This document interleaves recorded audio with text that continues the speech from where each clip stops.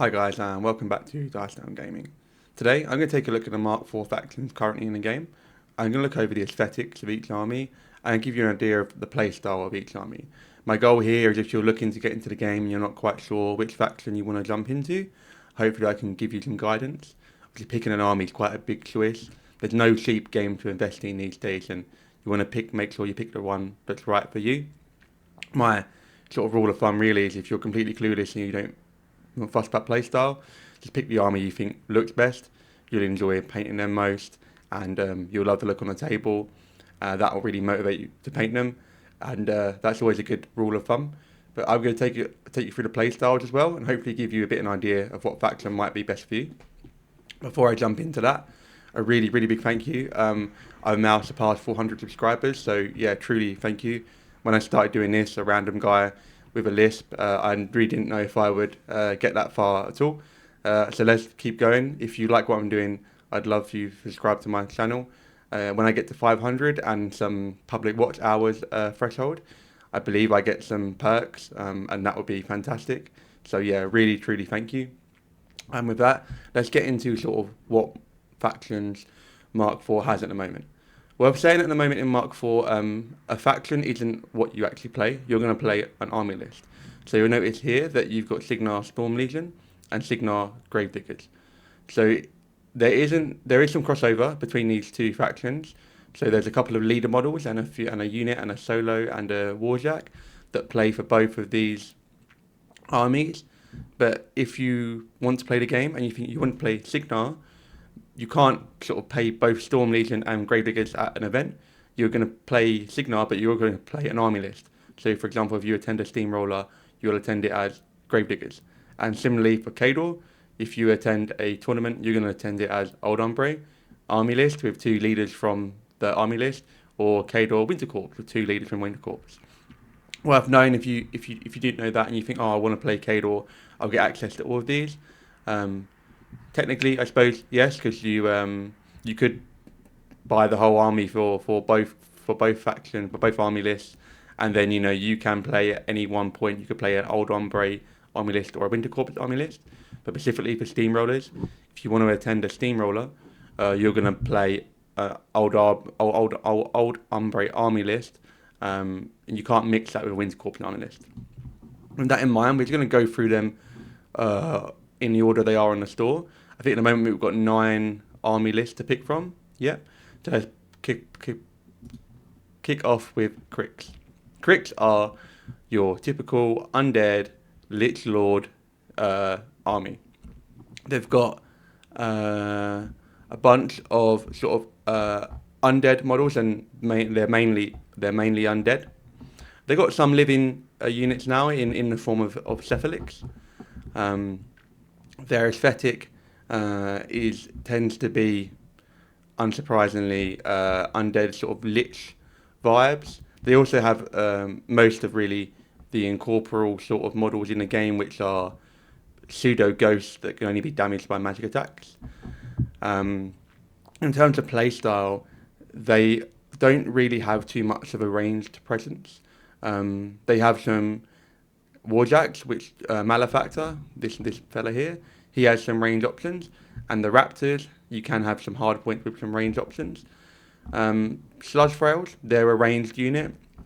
Then apart from that, your Mechanofrails, your Night Terrors, they're all going to be melee orientated, and you're typically not going to bring a Crick's gun line. What you can bring is a Crick's horde of bodies in 6 units of Mechanofrails, backed up with some recursion with the Necro Harvesters. So you can certainly play a infantry heavy list. You can play an incorporeal heavy list with the Furies you see here, and a couple unit of Night Terrors. They're all going to be incorporeal, and there's a leader model that supports that. You've got a leader model in dicuss who wants to collect souls and play a very tanky game, and you've got 2 cohort casters in Mortenebra and Aviserus, and they want to play lots of warjacks. Typically, you are going to play a melee list, and the vibe you're going to have is this undead sort of Lich Lord recursion army. I think Cricks are always one of the popular ones because I think aesthetically they look really cool, Everyone loves to be the undead sort of necromancer guy, and they have quite a diverse playstyle in terms of infantry spam, cohort sort of spam, or a sort of incorporeal assassination style list, and they've got leader models to support those playstyles.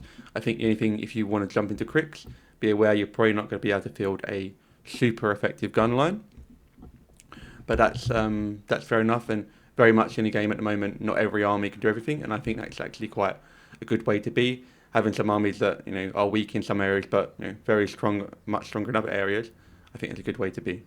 Next up, we've got Signar with their Storm Legion army list. These guys are sort of the tech marvels of the Warmachine universe.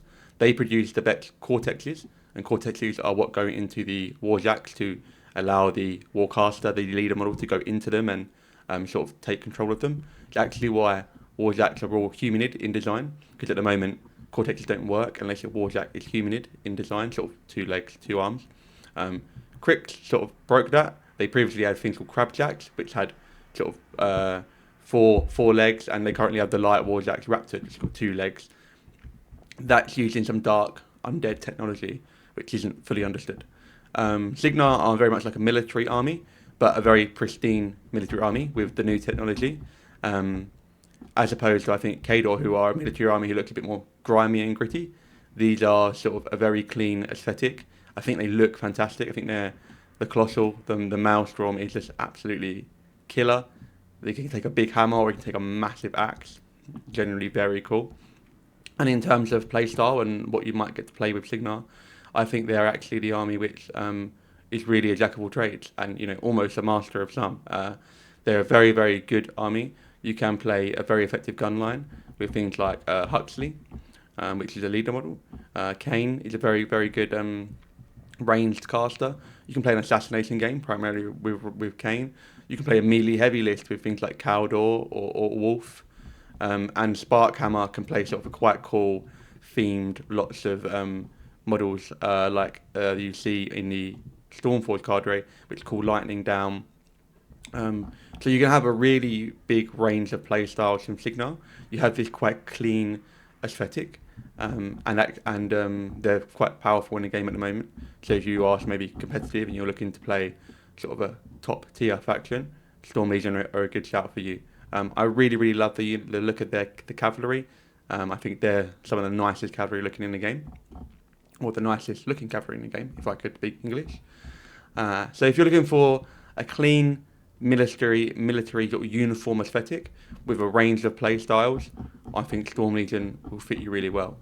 Next up, we have Signar again with a different army list. We have the Gravediggers. Now, the Gravediggers are experts at trench warfare. They give me sort of really World War sort of II vibes. You have some really great models in sort of, they've got some rangers and they've got some gun mages. These can all dig in. Got some commandos, which is, I love the commandos, the berets and their sort of army uniform. You've got light machine guns, and in terms of playstyle, you've got some really, really unique and cool things like being able to airdrop a light warjack into the game. You can airdrop a medical crate, an ammo crate, a fuel crate. They are sort of a bit more grimy, dug in combat in the trenches, unironically being masters of trench warfare. In terms of playstyle, currently the meta sort of has shifted away from single wound infantry, and while Gravediggers can run some really effective cohort heavy lists, so warjack heavy lists, they also buck the trend in the sense that they can run some really effective single wound infantry lists. You're going to tend to play quite a shooty army with your rangers and your commandos and your gun mages and your warjacks. You tend to play a bit more of a shooty army. There are some warcasters in Jakes who sort of buck that trend and play a bit more of a melee game. But you're going to tend to play a bit more of a ranged game. They are very, very techy. They've got lots and lots of options. And when you first play them, you might need a bit of time to get your head around all the options and everything you can do in a turn, because you can do a lot, but picking the right thing at the right time is really key to success. I mean, this model is incredible.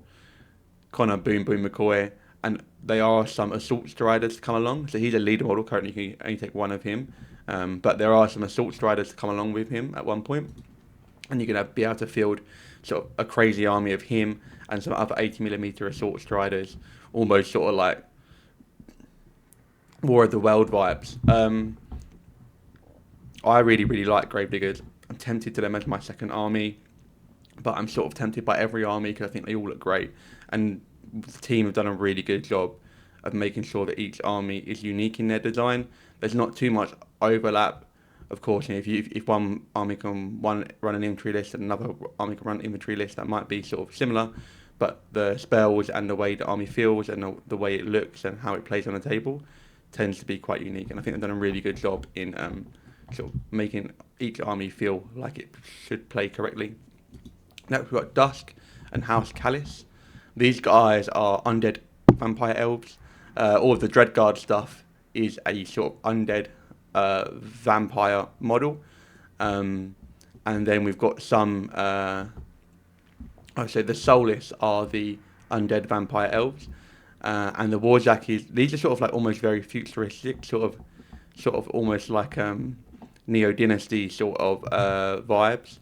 I really, really love the sort of plating on the cohort models, and I really sort of love the Dreadguard units and the way they look. They've got some really fantastic detailed models, and Moraine here you can see in the House Callous command starter. It's one of my favourite warcasters. I think she looks fantastic, and I love their sort of very edgy vibes, very emo vibes. I think they look fantastic. In terms of playstyle, they tend to want to run infantry heavy playstyle, but not single wound. The cavalry are fantastic, and the models are absolutely gorgeous. I mean, the Dreadguard cavalry they're really, really good in game, but also they got the looks to match it. They look absolutely fantastic. The Dreadguard, you've got some Dreadguard Slayers, which have got some massive axes, and you've got some Dreadguard Archers, which have got some big bows. You're going to play around your medium-age infantry quite a lot. There are some sort of warcasters, the leader models in Skyrafel, who play quite a good cohort heavy list. But typically you're going to play around your infantry. You can play quite a bit of a scalpel game. You've got some really elite infantry, sort of Mage Hunter Assassins, which can explode cohort models. So you're going to play an infantry game. You do have the option to flip the cohort. With one caster, she does it quite well. You tend to be sort of high defense but lower arm, so you're a bit more vulnerable to say blasts. And I think they look very good. I mean, these guys are fantastic. I love the Mage Hunter Assassins. So yeah, infantry based, a bit higher defense, a bit lower armor, a bit more of a scalpel game. But I think they look fantastic as well. Next up, after House Callous, we have Old Umbre. Now, if you're a returning player or you know a bit about, say, Warmachine Mark II or Mark III, for me, these really give me Circle or Boros vibes. They're very druidic in nature. Circle or Boros previously were a sort of a faction in the game that sort of didn't like the industrialization of the Western Kingdoms and Immoron, and they were fighting to restore balance back to nature.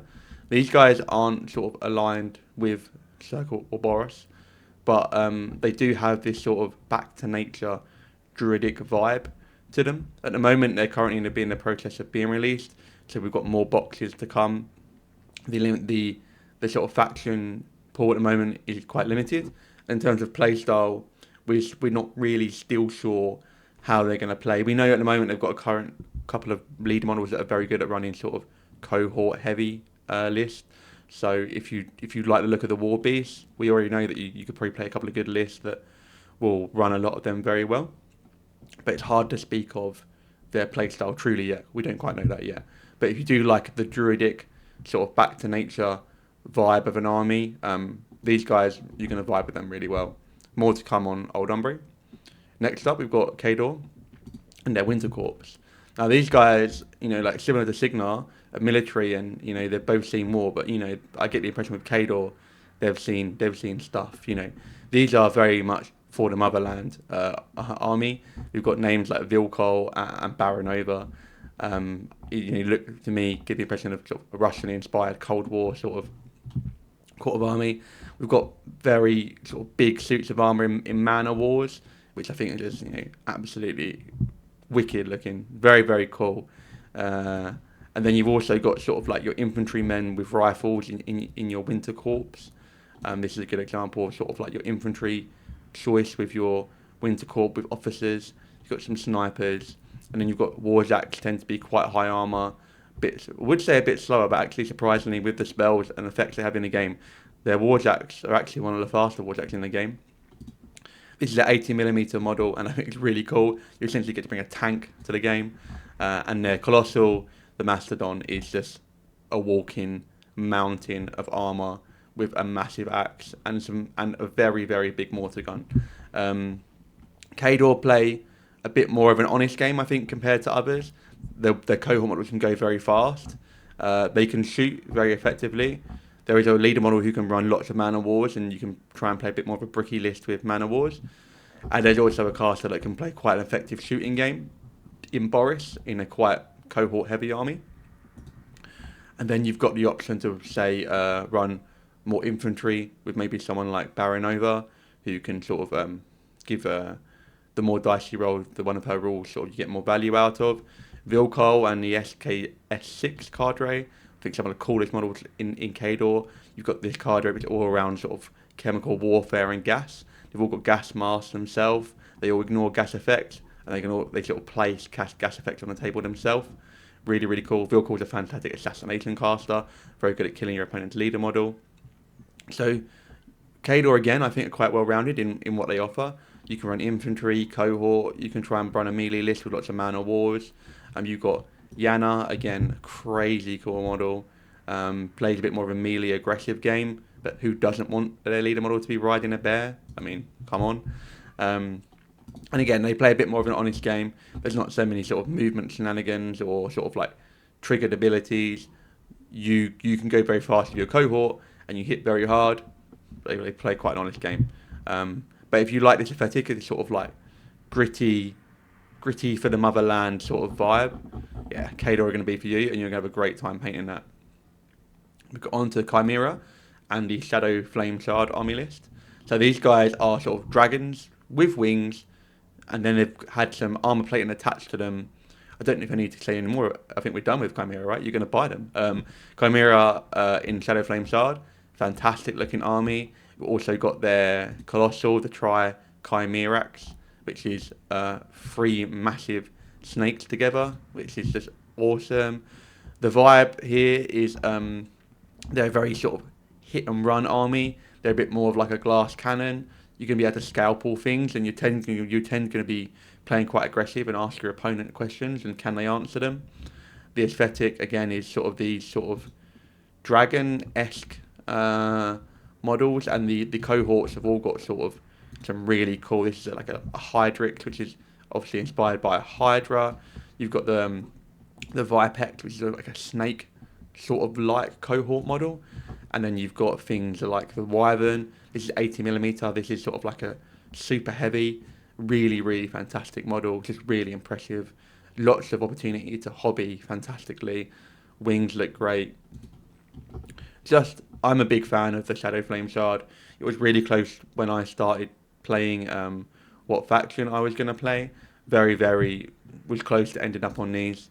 Skylar is a big attraction to me. Love the 5-headed Hydra vibe. I'm a big fan of Greek mythology, and sometimes these give me that sort of they give me that sort of scratch that itch.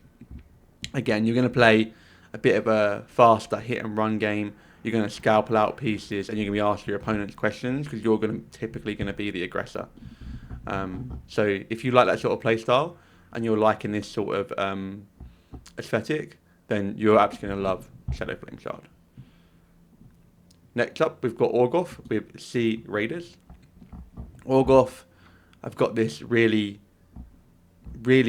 cool sort of aesthetic. You're typically going to be running lots of infantry, and you're going to be bringing lots of high damage, medium to high armor models. Their Colossal, I think, just looks so cool. Very Pacific Rim. The Gargast, massive fists, massive rocket pods. They've got a lot of fell weapons, which is really cool. Anything sort of grows green is a fell weapon. You have magic weapons and typically you can have Weapon Master. The Warjacks in your Tyrant and your Jackals, I think they're a fantastic looking cohort model. And then you can bring sort of some single wound infantry in your Reavers, and then you've got lots of medium wound infantry in your old cores, which are these guys. You've got axes and AoE weapons. You've got Nashers, which are medium based and multi wound, and you've got these fantastic Rock Harriers. Again, these are actually large base and multi wound, and they've got crit pitch. These can charge in and throw things around. Orgo tend to play a bit more of an honest game again. You can put some really high armor on the field. You can field an army sort of high damage models as well. But you're not going to have too many movement tricks. You're sort of going to present a very high armor, high damage threat, and your opponent's going to sort of have to deal with it. I really, really love their Ravener, which is a sort of monstrosity, different to a Warjack, but really, really cool looking and throws out a buttload of damage. I'm a massive fan of Orgoth. I really like their Gortons. The Gorton Keeper, it's a fantastic model. It's 50 mil, so it's large base and it's got a massive shield. And you've got the Gorton Champion, who's just got a massive axe with Berserk. So if you like a sort of high armor, high damage, I'd say a bit more of a simple game to play, you're going to love the Orgo. And last, but I'm going to say by no means least, because this is the faction I ended up on. I asked my local playgroup when getting back into Mark IV, what don't we have locally? And Brian Blood Marauders from the Southern Creole army list. Well, the Brian Blood Marauders army list from the Southern Creole faction is what I ended up on. And I'm so happy that I did. We have, I'd say, these are the least serious, especially looking faction.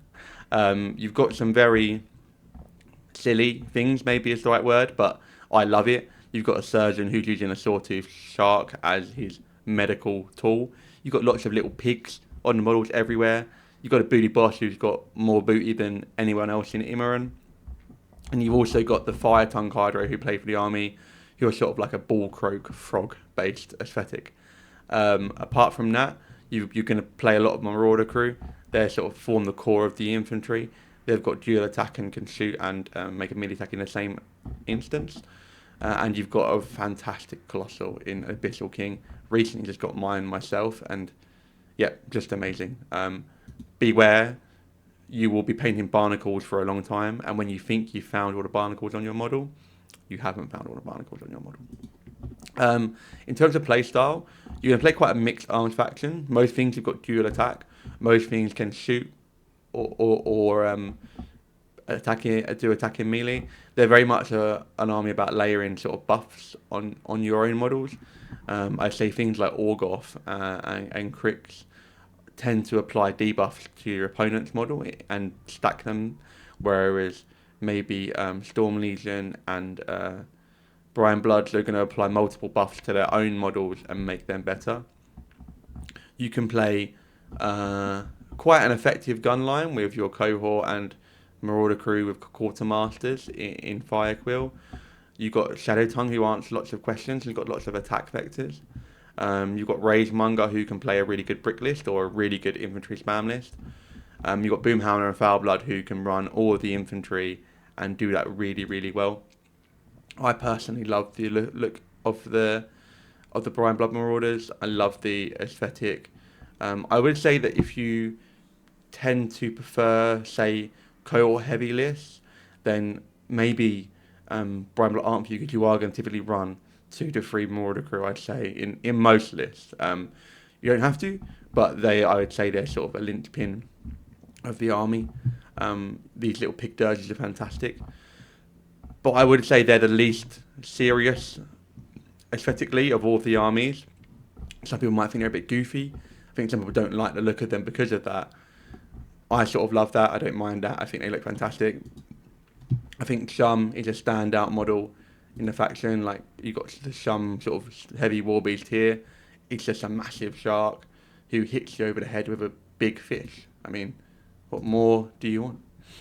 that's Brian Blood Marauders. That is the current 9 factions that you have for Warmachine right now. My goal here is hopefully give you a bit more guidance in maybe playstyle for each army, and just to have a look at the aesthetics of each army, so you have an idea of what they all look like before you maybe make your decision. And in terms of sort of what to buy first, core expansions are a fantastic way to start. You get a leader, you get quite a lot of infantry, and you get a sort of a character heavy.